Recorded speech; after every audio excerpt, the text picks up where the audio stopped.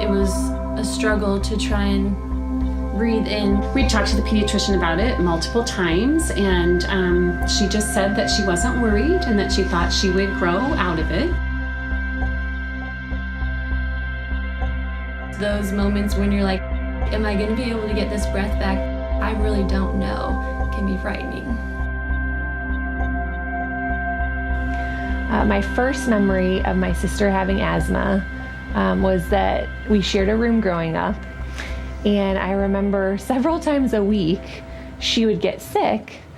One time she was home and playing and continuously coughing, and a friend, Gloria, came over and she just looked at me and said, "That is not normal." She goes, "I think Rachel has asthma." We went back to our pediatrician and told her that we really felt like we needed to see a specialist, and she said, well, she really didn't think that that was necessary because Rachel wasn't exhibiting wheezing, and at that point we knew we just had enough, we wanted to help her, and so we thought, okay, well, we just told her we were going to go ahead and see a pulmonologist. I knew she was sick and that whatever she had that was causing her to cough and vomit was something that I didn't, but my parents made it really normal for us. There's different kinds of asthma, and so the type that I have is called cough variant. I felt kind of scared, I think. I didn't really know what it meant. I mean, I knew it wasn't like cancer. It wasn't a cancer diagnosis, but you feel just as helpless when you can't help your child. I need help, and I need you to help me. My childhood pediatrician was a rock star. She apologized and said she was wrong, and then knew exactly what to do to treat and to maintain.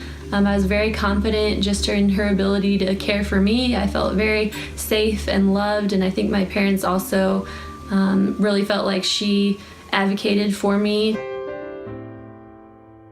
I think asthma action plans were just kind of coming into their own then.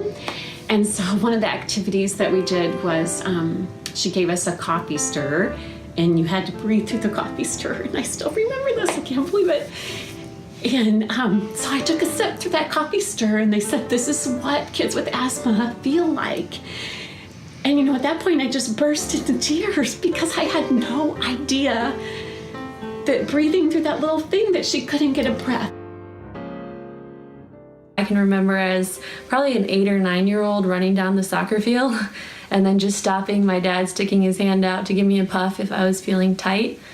It was clear that Rachel, as she got older, had an affinity for sports and really loved athletics. The biggest thing was just letting her know that she could still do anything that she wanted to do and never let it hold her back. And she did a lot. I started to feel really faint, like in the last 100 yards, and fell down behind the practice hurdles like I had walked off on my own, which is never a smart thing to do, just clutching my chest. I think just the feeling of being alone when you can't breathe is a really scary thing and not something that everybody can relate to. But mostly because we were trained on the nebulizer, I really felt like a lot of times that we might have ended up in the hospital, we didn't have to go because she was able to take nebulizer treatments at home.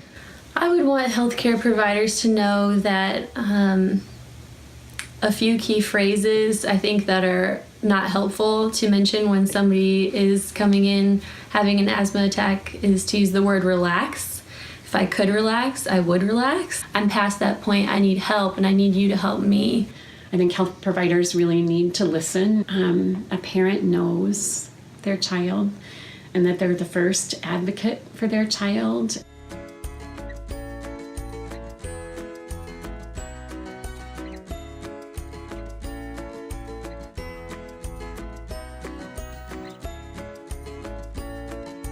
My name is Meredith Voley. My name's Hossein Mesbah. My name is Maggie Rollo. I'm Natalie Cohen. I'm a medical student.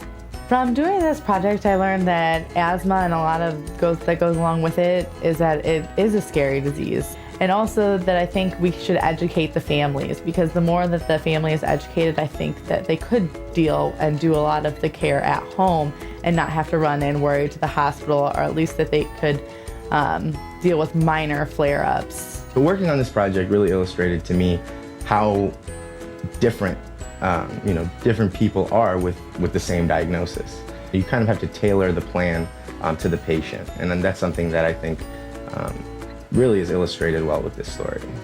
This entire project really opened my eyes to the necessity of taking a minute or two, even in those intense situations, to acknowledge the patient and their family and their fear. Something that we view as common and everyday can really have a huge impact on their everyday. Going into it, really did not appreciate how much my personal experience affected how I treated kids and families with asthma.